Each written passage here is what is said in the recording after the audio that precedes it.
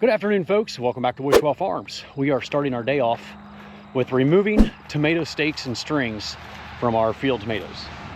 So I've already started on this row here. I'm going to show you the process that we use to remove all these stakes and strings. So the way we do this is we walk down each individual row with a knife and we slice all the strings that are attached to the wooden tomato stake. And then we'll come back through and pull each individual tomato stake out, make piles on either side of the tomato patch for picking them up later, and then we can go through and pull all the strings out.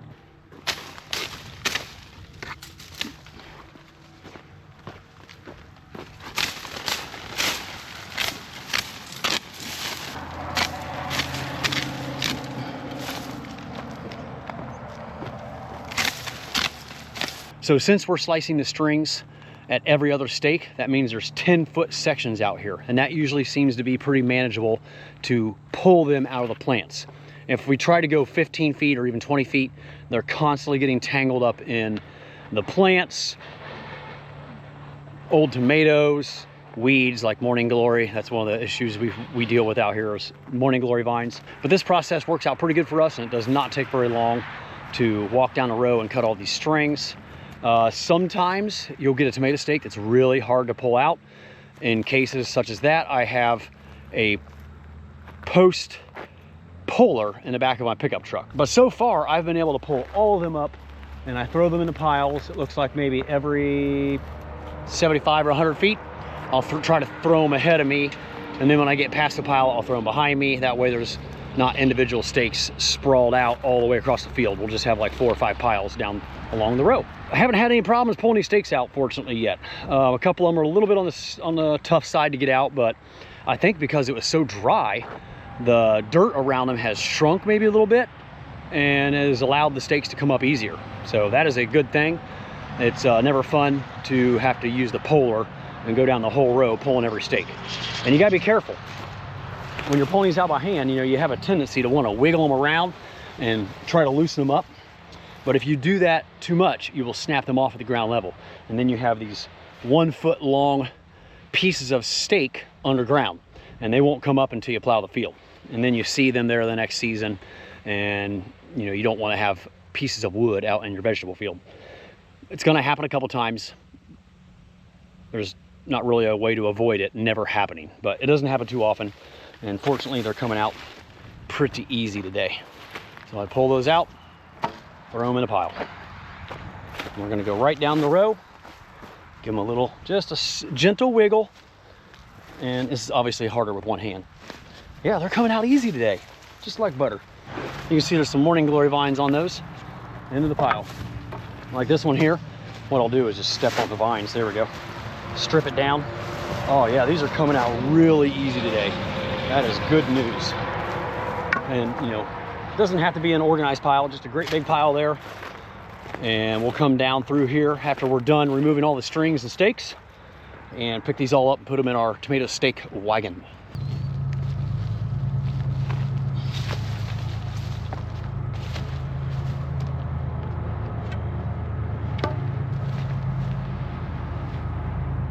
Oh, that one's in there good. I don't want to wiggle it too much or I'll break it. Man, might need the post puller on that one. There we go.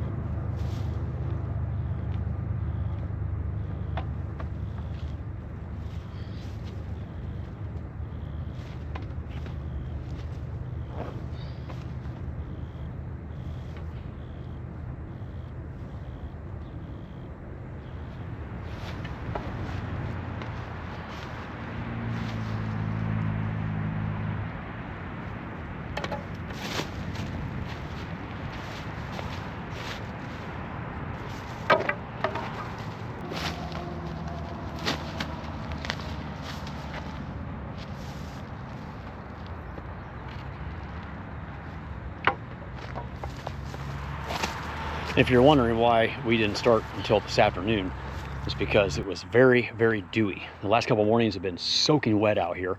Your feet get muddy and wet. Everything on your body gets wet. So we wanted that dew to burn off.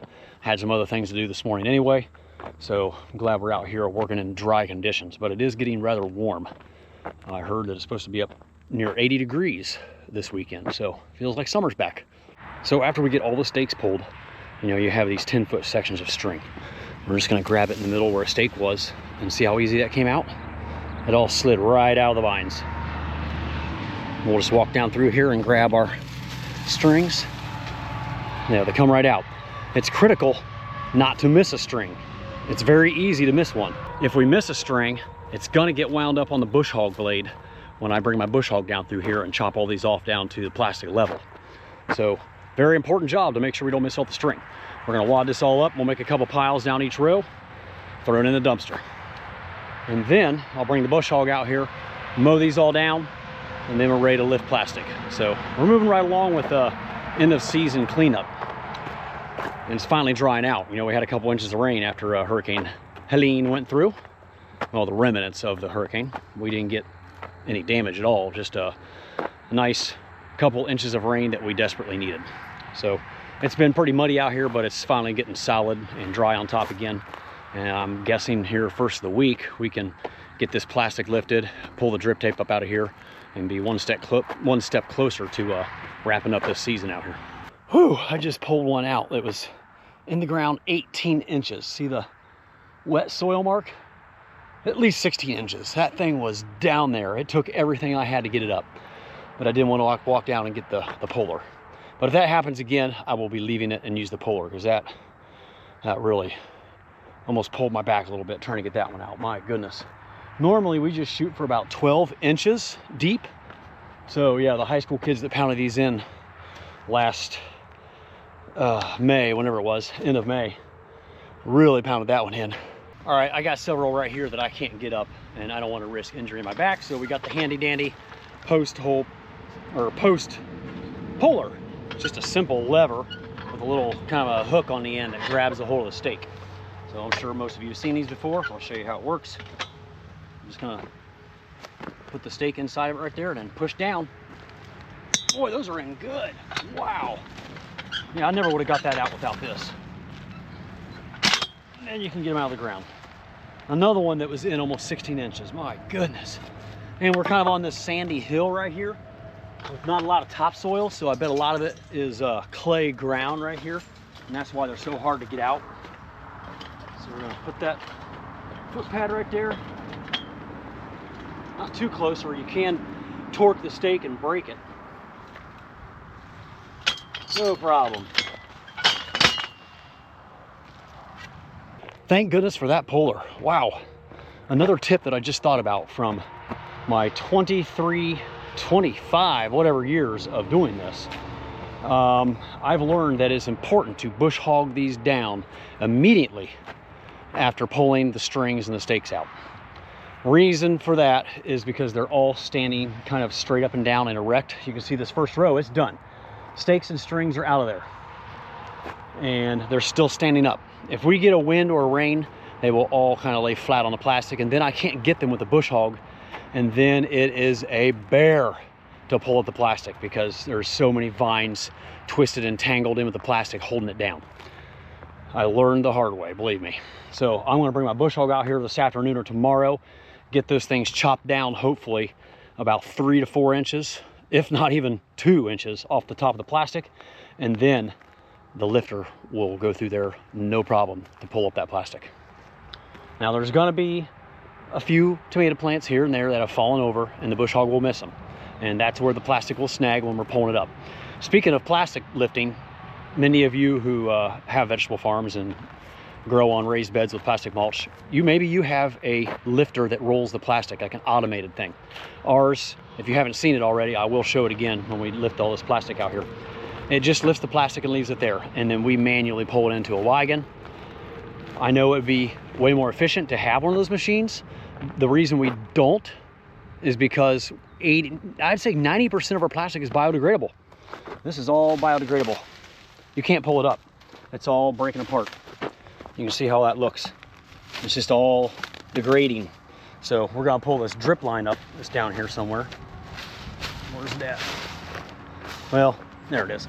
it's buried about an inch or two.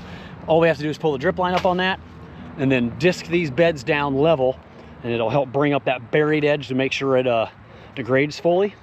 And then I'll bring my chisel plow out here so I can kind of deep plow this field in preparation for next year's raised beds. So yeah, it's really nice to not have to lift all this plastic and figure out how to dispose of it. I don't want to keep adding to the landfill. You can't really recycle it because there's so much dirt and debris in it.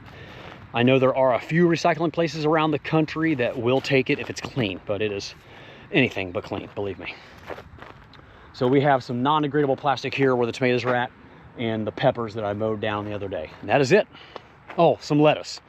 A row of lettuce and onions. That is regular conventional plastic, so we'll have to pull that up and dispose of it as well.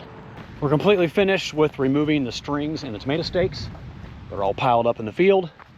And we got our handy dandy tomato stake wagon right here. I'm just going to gather up all these stakes and set them in the wagon. And I don't think it really matters which direction we put them in. The most important thing is to make sure they're all straight, otherwise it'll fill up way too fast.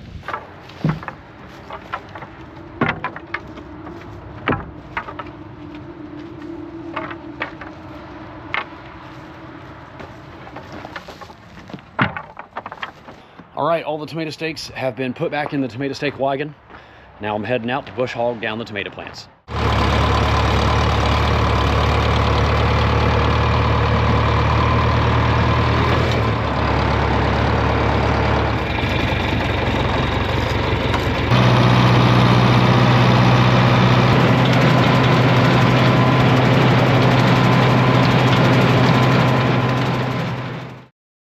Just finished up packing our mobile satellite trailer for the final time in 2024. We are running low or out of a lot of products. I'm going to give you a quick walk around on this trailer to show you what we have on here today. We finished up our sweet corn 2 weeks ago due to the drought. Usually this is about the time of the year we finish, but our last two patches did not make it because we do not have irrigation for our sweet corn. So the last two patches got hit really hard. They didn't amount to anything, so I just purchased 7 boxes from Michael Farms down in Urbana just to get us through the final day on this trailer. Big, beautiful broccoli and cauliflower. I got some extra underneath. 6 varieties of apples. A couple tubs of spaghetti and butternut squash. This is the last of the red onions. And the last of our candy onions. I did not buy any more baby red potatoes, so this is the last crate of those. We finished up our beans last week, so I bought a bushel for today. That's the last of our bell peppers, zucchini, and cucumbers. And we also finished up our tomatoes almost 2 weeks ago, so I bought these from the local Amish. I just wanted to make sure I had a good supply of the popular items for this trailer for our final day. I've spoken about this in the past, how we usually don't go into October, and that I've tried it several times in the past with pumpkins and mums and cider and apples and all that kind of stuff, and it never does very good. Usually we don't have very nice weather. Well, I know there's nice weather in October, but it seems like on the October days that I've went to Marysville, it has never been that great of weather. It's always cold or cloudy or drizzly or something, and the sales suffer terribly. So we just decided the final Saturday in September, we always call it quits. But this year, Hurricane Helene made the weather terrible for our final Saturday in September, so we decided to try one more Saturday, first Saturday in October, because the weather is going to be absolutely gorgeous today. It's supposed to be sunny, clear blue skies, and comfortable. So I'm waiting on Nikki to arrive, and she'll be pulling this out to our satellite location in Marysville for our final time there in 2024. It's kind of bittersweet, just like ending some of the crops out in the field, but all good things have to come to an end sometime. As far as our other farmers markets go, my son Gavin left for the Worthington Farmers Market in Columbus about 6:30, so about 45 minutes later than normal, because there was no sweet corn, no green beans, no tomatoes. So their setup's gonna be fairly simple and straightforward, just winter squash, some peppers, cucumbers, zucchini, and broccoli and cauliflower. Same thing with Clintonville.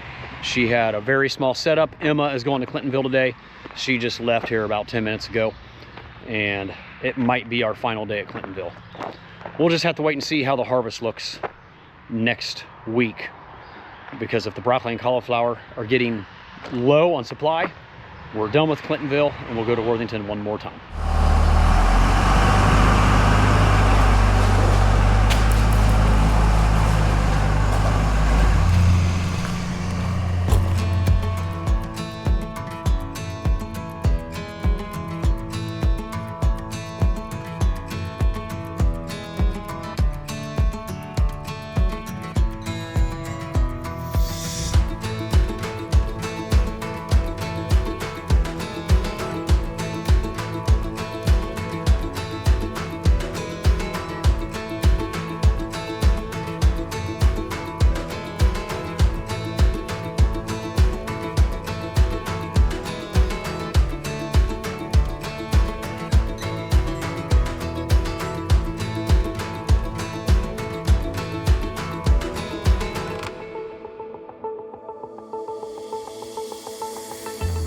Well, all the markets made it back safe and sound, got them all unloaded.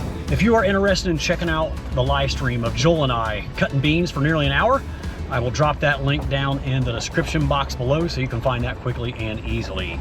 Thank you so much for watching. I really appreciate it. Don't forget to like, subscribe, and share if you enjoyed the content, and I'll see y'all again real soon down the farm.